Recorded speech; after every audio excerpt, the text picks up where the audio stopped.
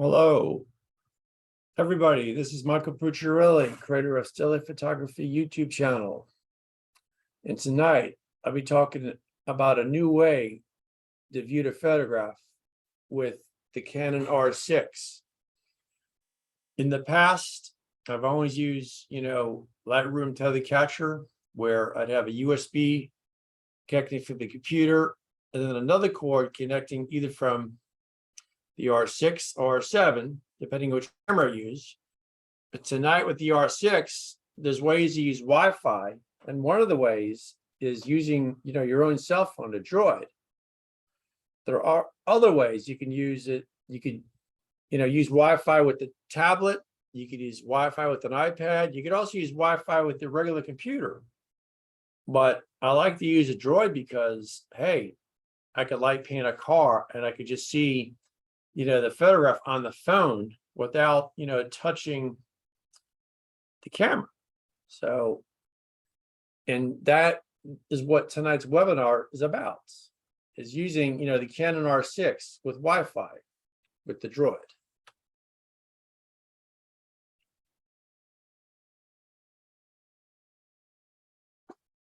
This is what my initial screen looks like when I do light painting, or then I also use M for manual and still life.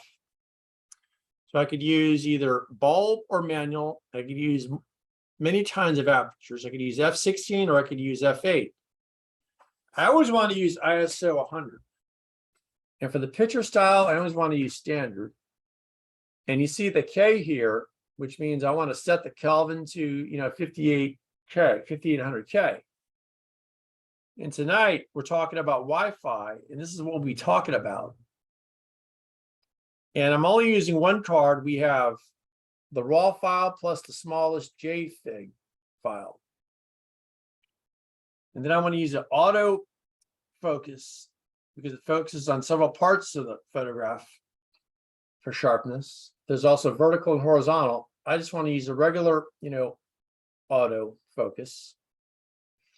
Then using manual focus, where if I'm doing light painting, I'm using manual focus. But if I'm doing regular still, I have to use, the regular autofocus. Then for the evaluated medium mode is this right here. It's great for contrast. And I'm still using one, photograph at a time. And here we have the Wi-Fi, but it's off. But when you turn it on, this off will disappear. You just see this Wi-Fi symbol. And you note here, I have like a full battery. And the ways you can use it with two cards, you can put maybe the RAW files on one card and the JPEGs on another. There's other ways you could use, one file, one SD card. And I'll talk about that later.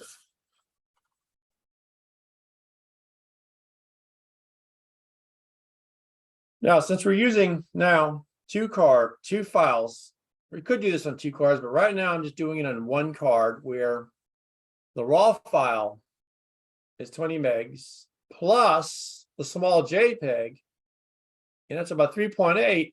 And the S2, that's the smallest JPEG. It's smaller than the S1 and the other S1. It's also way smaller than the medium, bigger medium, large, and bigger large. Because you'll be editing your RAW files here. And then I want your JPEG, the smallest JPEG you'll be seeing on your phone.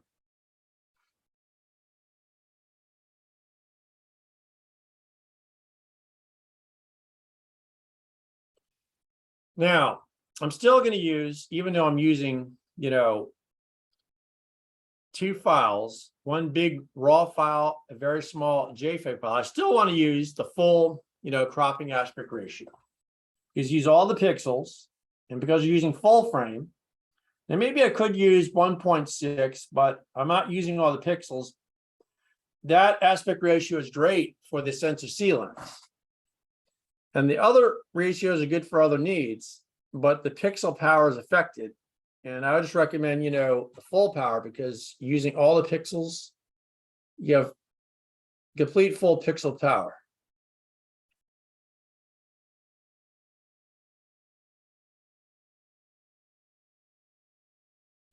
Now, there's many ways to record the files on an SD.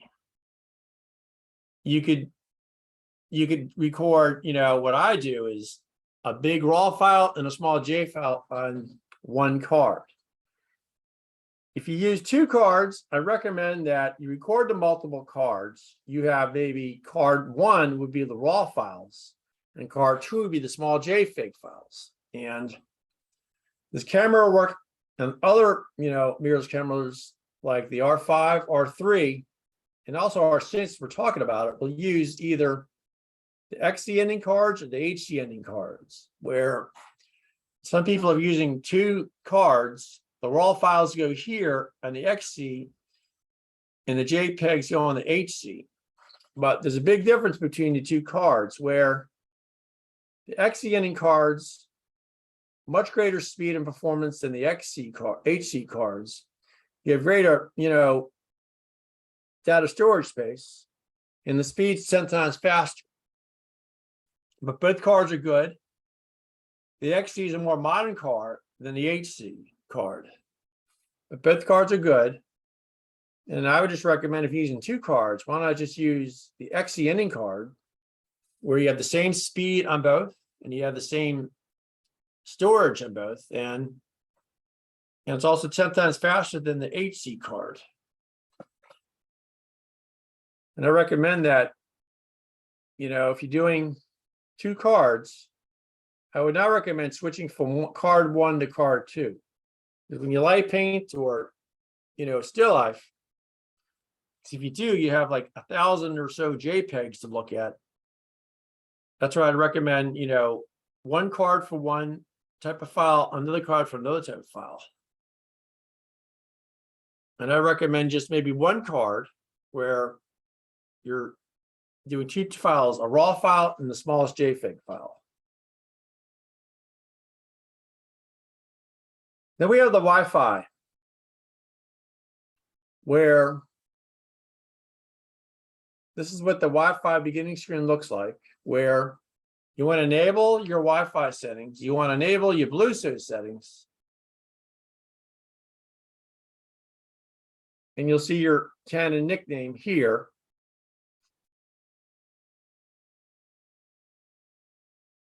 You first want to go to the screen, and then you want to push the enter, and then you'll see the name of your phone. My phone name is SM-J337VPP. You'll see the name of your phone.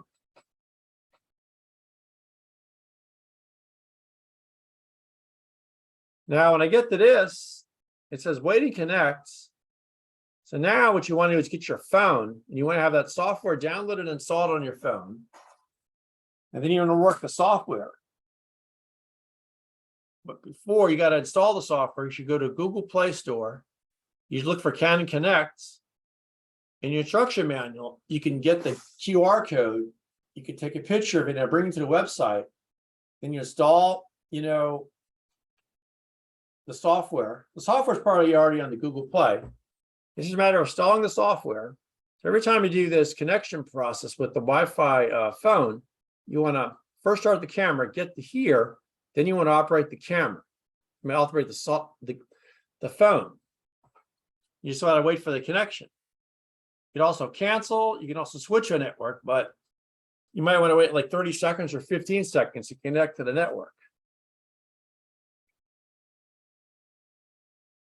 When you first do this, it may be a little frustrating, but then when you get the hang of it, it becomes second nature. And now it's just waiting, you first get to this screen with your camera, and then you operate the camera software on the phone. Now you're just waiting for the connection, and then your phone, it'll say connection established. And so then when you take a picture, you can say view photographs, and it's a great way to light meter. It's a great way to take the place of, tethered capture in Lightroom.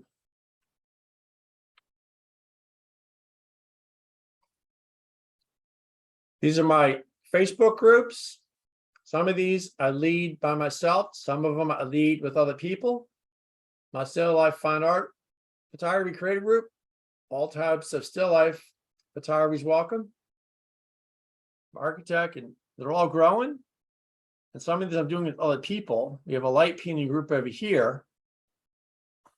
And then my meetup clubs are down here.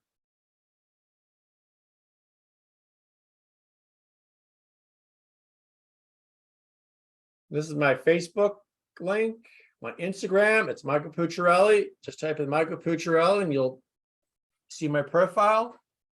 Then my Google link, my LinkedIn link, it's Michael-Pucciarelli. Just type in Pucciarelli in LinkedIn search, you'll see my name come up. Then my Twitter account, it's mpucciarelli11. That's my Twitter username account. My fine art website, which is here. Then my photography website, which is here. Then my YouTube channel. So we're going to go to my YouTube channel. Here's my YouTube channel, Still Life Photography of Michael Pucciarelli. Look at my playlist. I have a playlist for the white Plex table, the black Plex table, Adobe software, and still life photography, and light painting webinars and equipment. So maybe consider liking and subscribing. I try to do 2 videos or short videos a month or longer.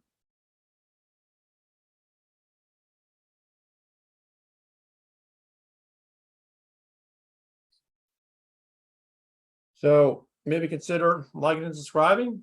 So thank you for listening to this short webinar on how I use the Wi-Fi with my Verizon Droid. It's better than, totally capture in Lightroom or Capture One, where you can just view the photograph on your phone, and it's a lot easier. So thank you for listening to this short webinar.